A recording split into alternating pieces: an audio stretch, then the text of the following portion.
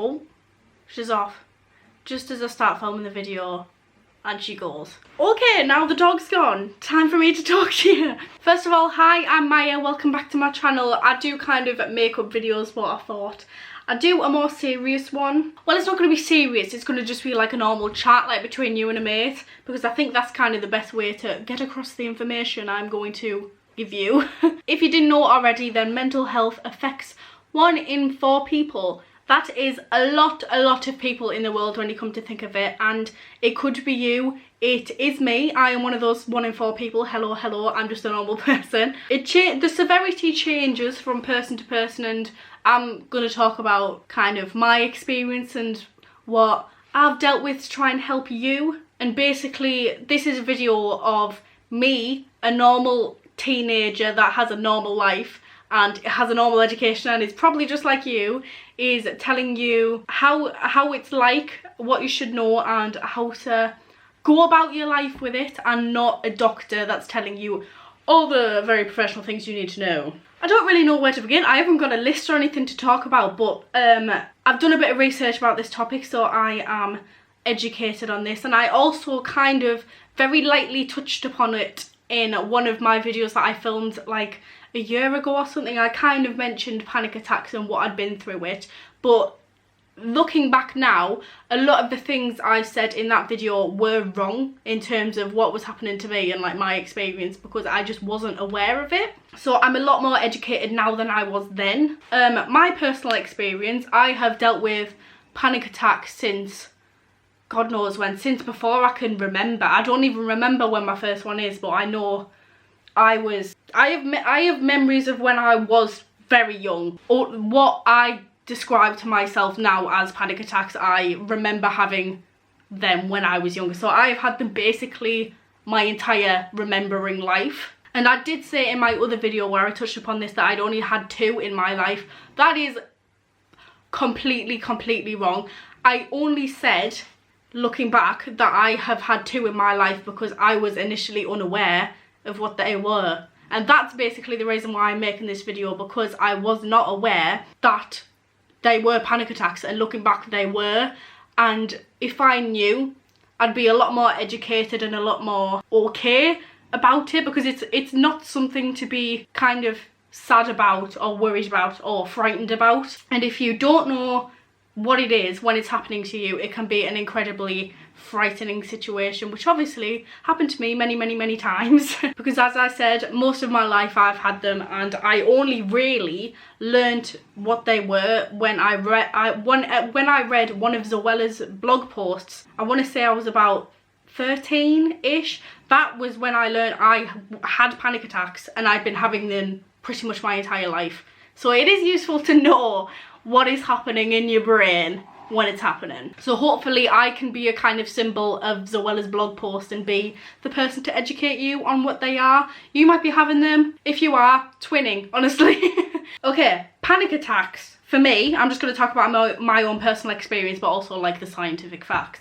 It's basically a rush of everything in your body going into hyperactive mode, and you just panic, obviously. It's a panic attack. You panic a lot. You have very high anxiety. For me personally, when I have a panic attack, the very first thing that happens when I can feel it coming on is my head gets really hot. It's the weirdest feeling, like honest to God, it is so odd. But I can there's a nerve in the back of your neck there, and that just starts tingling and heating up a lot, and I'm like, oh shit, it's happening again. Crying that I cannot stop. It's like, even if I did everything in my entire body's power and strength to stop myself from crying, I can't. I just do it. Like, my eyes well up and tears come out, there's nothing I can do. Yeah, heart palpitations, that's a big one. That is a scientific one.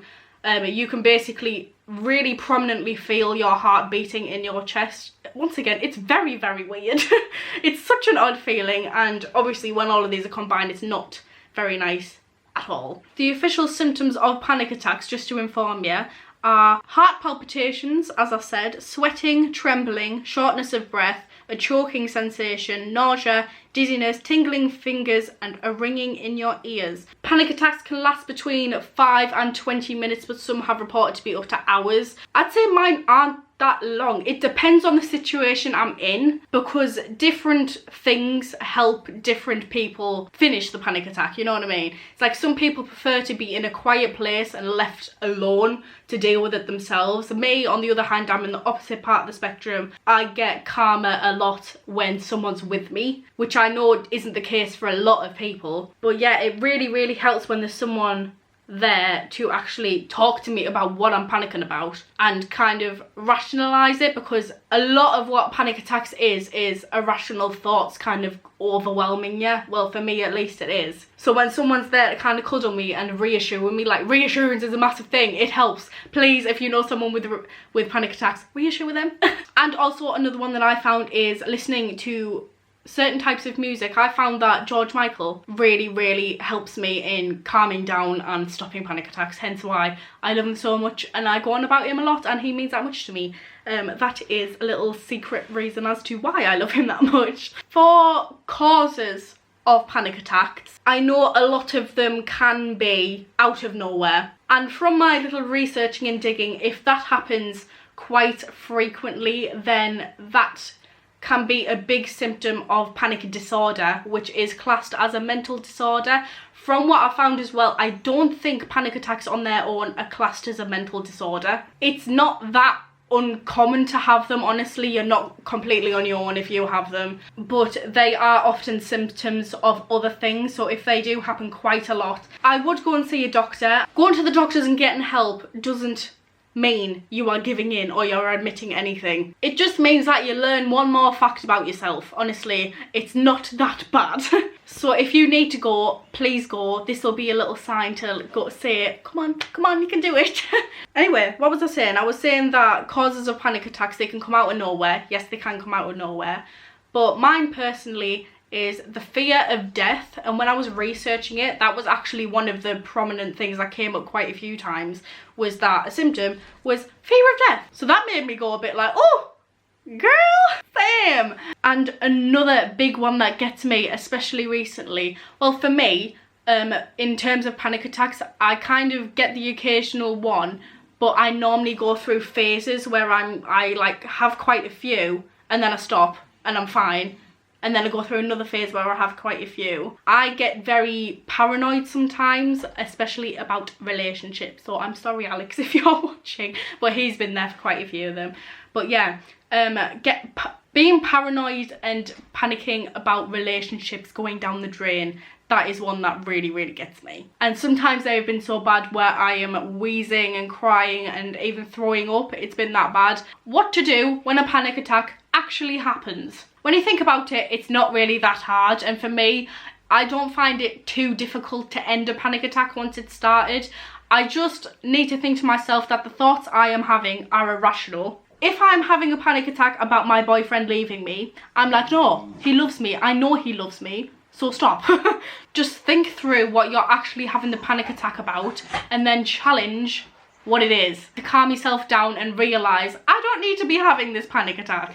Breathing very deeply and slowly to slow your heart rate as well, that does help it from a kind of biological point of view, because when you have a panic attack your heart rate rises, so that'll slow it down, it'll make you calmer. And being in a quiet, happy place will help you. You just kind of need to put your mind into a place where you can relax and be calm, and that will just take you out of it.